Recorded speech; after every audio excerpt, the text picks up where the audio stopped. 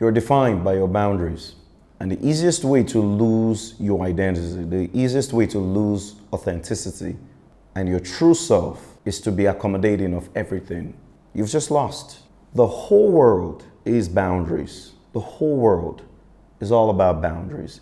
Even if you look at the plot of land you have, the apartment you rent, it's divided by walls, by doors.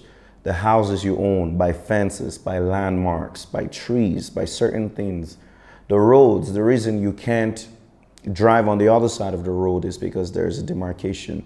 And whenever you cross a boundary, there's going to be an accident while you're driving.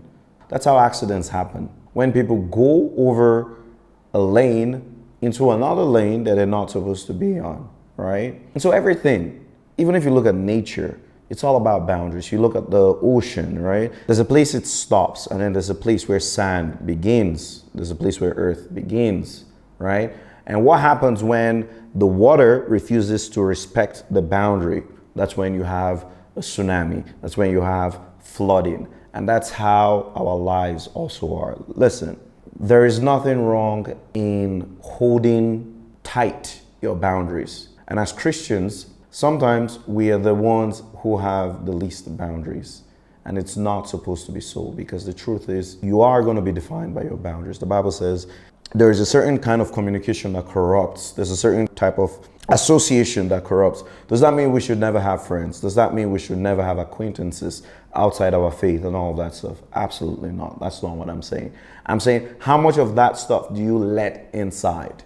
You know, you see a lot of Christians in the name of love, in the name of wanting to be nice, promote evil, promote their friends that are not living and doing things in alignment with their convictions, with their faith, right? You have that friend who drops a certain kind of music, and you know that music isn't glorifying God. And not just not glorifying God, but like the music doesn't stand for anything that you stand for.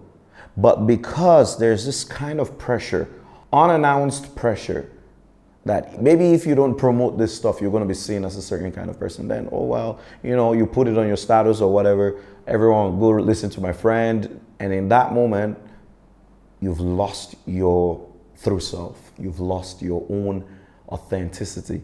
You see, boundaries are there to keep you safe and everyone else safe around you. Boundaries are there to protect you from you and to protect others from you. You're defined by your boundaries. And the easiest way to lose your identity, the easiest way to lose authenticity, it's okay to not promote certain things because of your faith. It's okay to not go to certain places, to not eat certain things, to not do certain things because of your conviction, because of your faith. And guess what? You need no explanation. Absolutely not. You know, people don't justify their evil. Why do you have to justify your righteousness? It is who you are. And guess what?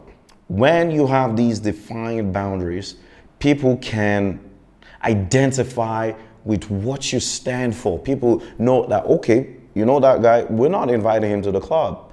Like he's our guy, but we're not inviting him to go drink because this is who he is. Do the people around you know who you are? Or do you just go with everything? And in so doing, you lose the things that define you as a believer.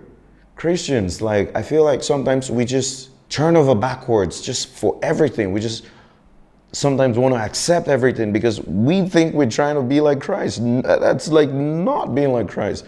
If on your journey to being like Christ and in the name of accommodating people, you start compromising your faith, well, guess what? You're sinning.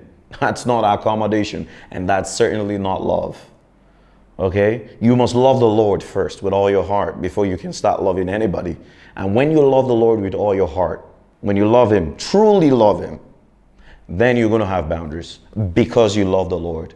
It's just like a man who has a wife. Because I love my wife, I can't do certain things.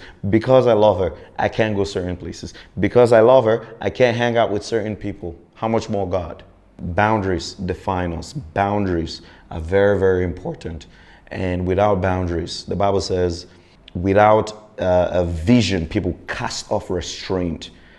With vision, with boundaries in my life, I'm able to restrain myself. No, I'm not supposed to go over my neighbor's fence because this is my area. And it keeps you safe. That's the thing about boundaries that I love the most is it keeps you safe. It keeps you safe. It defines you. And it lets others know exactly what you stand for.